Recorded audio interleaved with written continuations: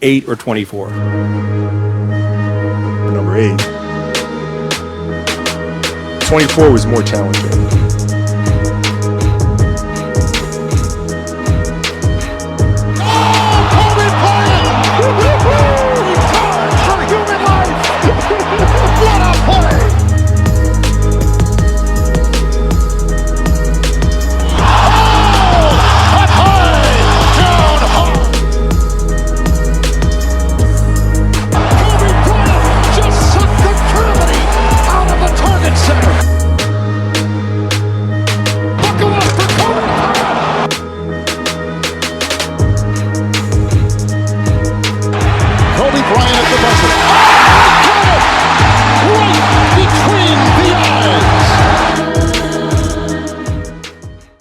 It's Monday, so that means 3 things. 1, I'm not your MCM. 2, it's a Mamba Monday. And 3, it's Sound 24 Podcast. How you guys doing? I'm your host, the product of Positive Environment, the Post Chuck Paul.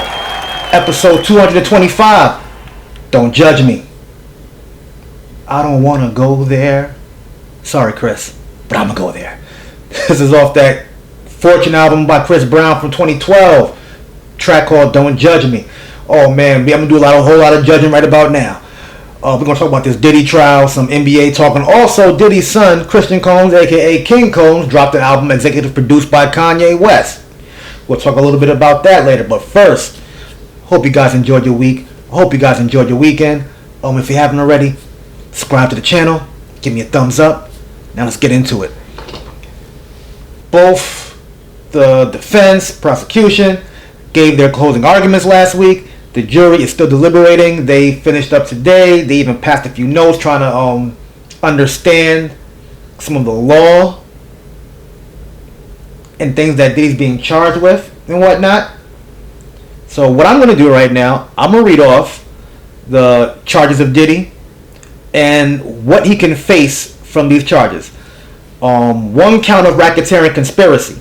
Prosecutors allege that Combs ran a criminal enterprise for 20 years using his employees to carry out a variety of crimes. The racketeering charge itself doesn't have a mandatory minimum sentence, but the maximum is life in prison. 2 counts of sex trafficking by force, fraud, or coercion. These counts relate to allegations that Combs used his power and influence to control women and force them into sexual acts.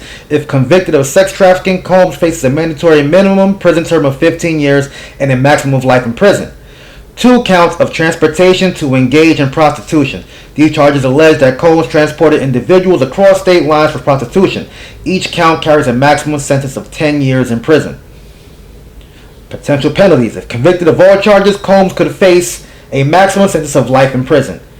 Even conviction on just one of the sex trafficking of racketeering charges could result in a life sentence. If acquitted of sex trafficking but convicted of the racketeering charge and in an interstate prostitution count, he could face a sentence of 0 to 40 years. In addition to federal criminal charges, Combs is also facing dozens of civil lawsuits. These lawsuits allege sexual abuse, assault, and misconduct dating back to the 1990s. Combs has denied all the allegations in both the criminal and civil cases, claiming the lawsuits are attempts at a quick payday.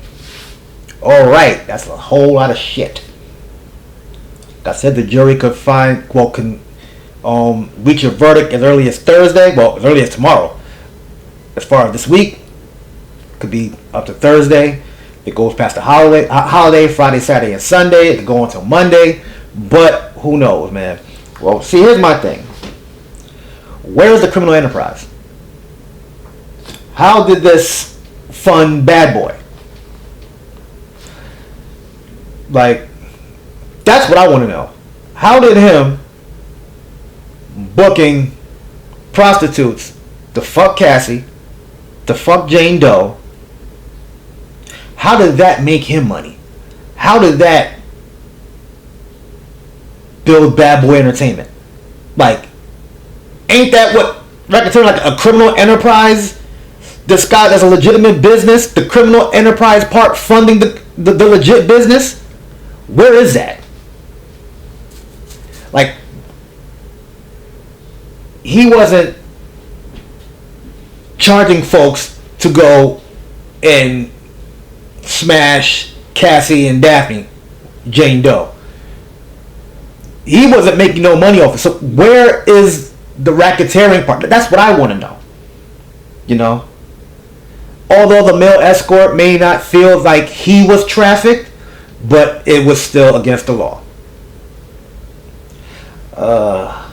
Man, fellas, I'm gonna tell you right now, stop flying out these hoes. 'Cause once you cross state lines, it's trafficking. You know what I'm saying? You buy weed in Jersey,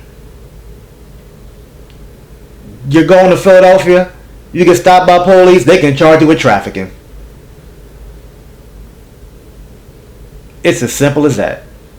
And if you're gonna get puffed on this, you might as well lock up the entertainment industry, everyone in Hollywood, everyone in the sports industry, everyone in these freaking big corporations, because you know there's women there fucking to move up, there's guys in there using their power to smash chicks, promising them to move up in the company. Get everybody out there. Everyone. Fuck it. I'm quite sure those lawyers can find someone in their firm doing the same exact thing. Because, you know, them lawyers, they love to party. Ooh, tooting their noses up. But yeah, I'm really trying to, like, again, when this case started, you know, people was running around believing the Jaguar rights and the Tesla, you know what I'm saying, and all these other motherfuckers. They was throwing Bieber's name out there, and Usher. Those two questionable motherfuckers. But they were never brought up in this lawsuit. So we're thinking all these rumors, these things like the Biggie, Tupac, the Keefe D, none of this shit brought up. This is all some real sleazy scumbag sex shit. I found out too much about Diddy that I shouldn't have known. You know what I'm saying? Now, if he was charged with domestic violence, oh, hell yeah, 100% guilty. But this RICO shit? Nah. I feel like he's being overcharged on this tab. And he paid for Daphne's lawyer. He's still paying for her house. Where is the evidence of him using the sex trafficking to fund Bad Boy? Like, think about it. John Gotti was arrested on a RICO charge. This is for people who are violent offenders, who have co-conspirators. And where's Diddy's co-conspirators? Like, I'll be honest with you. I think he won't get charged with the racketeering conspiracy. He won't get charged for the sex trafficking by force, fraud, or coercion. But I do see him getting found guilty for transportation to engage in prostitution, because it's the lowest charge. And he could get a maximum of 10 years for that.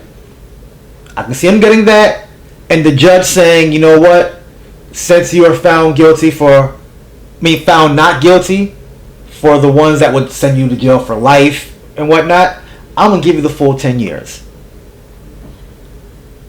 And let me see something real quick. Alright, this is what I wanted to find out. Okay, cool. If he gets the maximum of 10 years, he has to do at least 85% of his time. So, he would probably do 7 years, 8 years maybe. He already did a year, so that's 7. So he might do 6 years, maybe get off early for good behavior, you know what I'm saying? Or who knows, he probably follow up and appeal right away. Maybe even get pardoned by Trump, you know. Maybe Trump will have a change of heart, because he recently pardoned Todd and Julie Crisley from the show Crisley Knows Best. White couple from South Carolina. He's a real estate mogul and whatnot.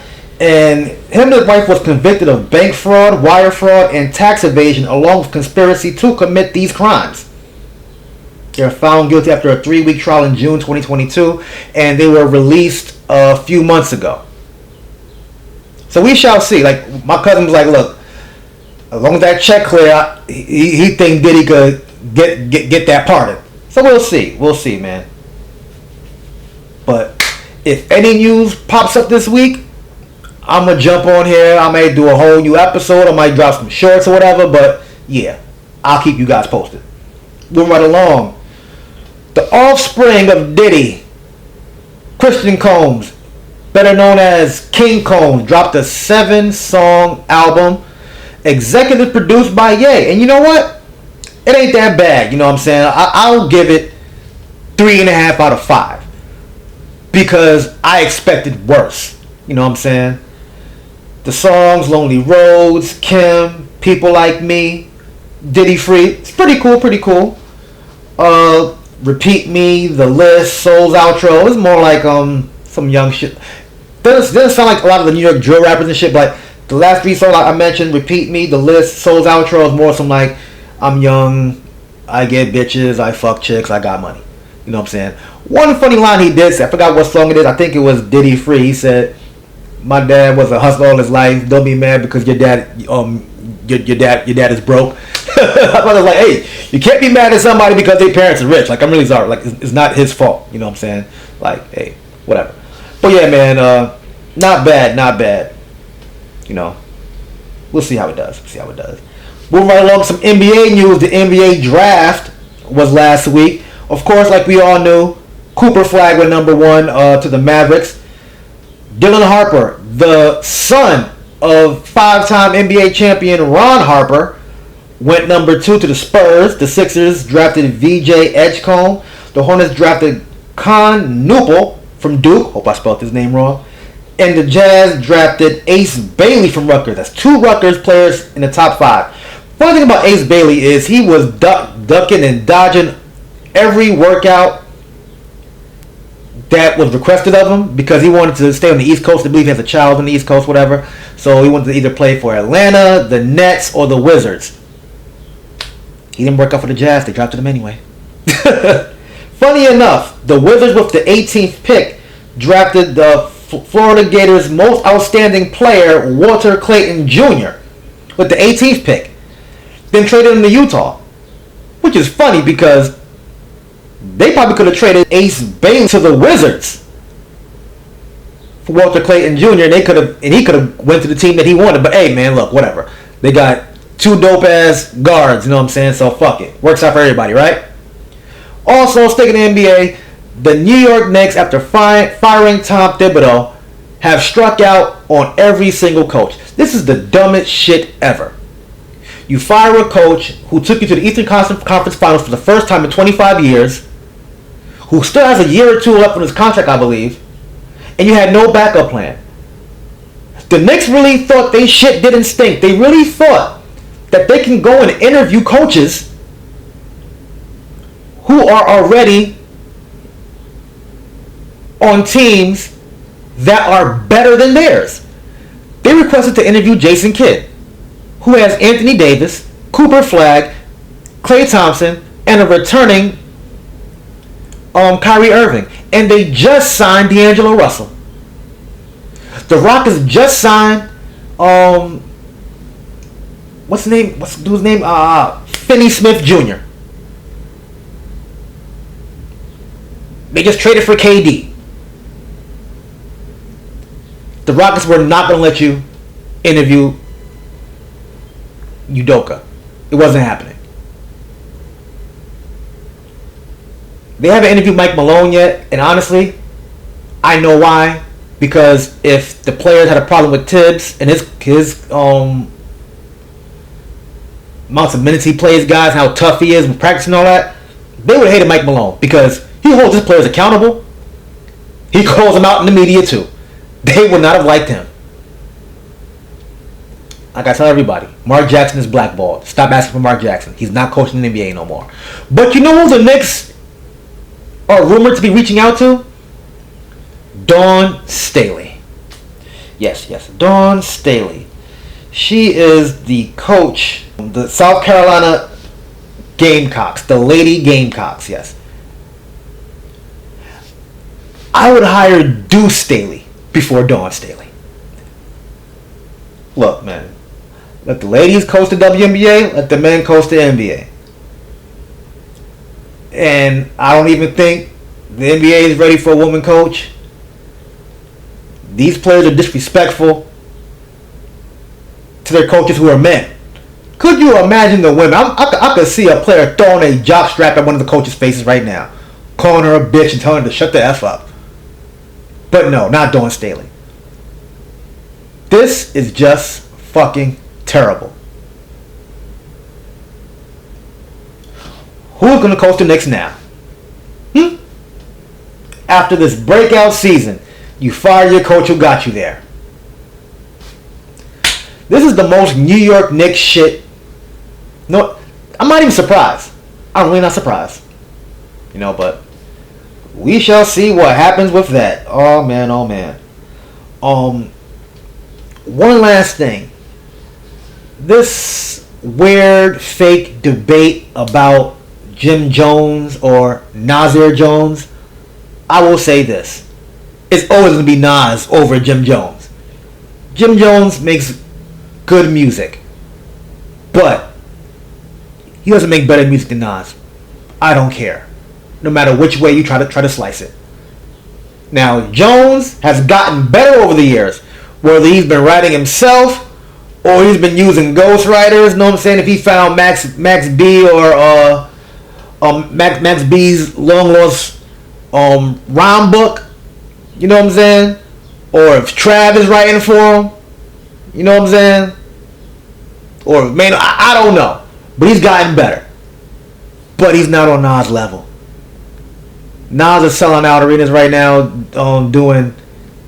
being backed by orchestras, doing Illmatic. Like he's a discography. He can tour off of just doing Illmatic, a 10-song album. Jones can't do that. Not across the globe. But yeah, man. That's all I got for you guys today. We will see what happens with this Diddy trial. Before I let go, it's the 4th of July weekend. Everybody be safe. Drink responsibly. Don't drink and drive. Yeah, man. Just be safe. Like I always say. Like, share, subscribe, comment. God is good. God is great. Thank God my paper straight. I am the Pope Chuck Paul. Peace out.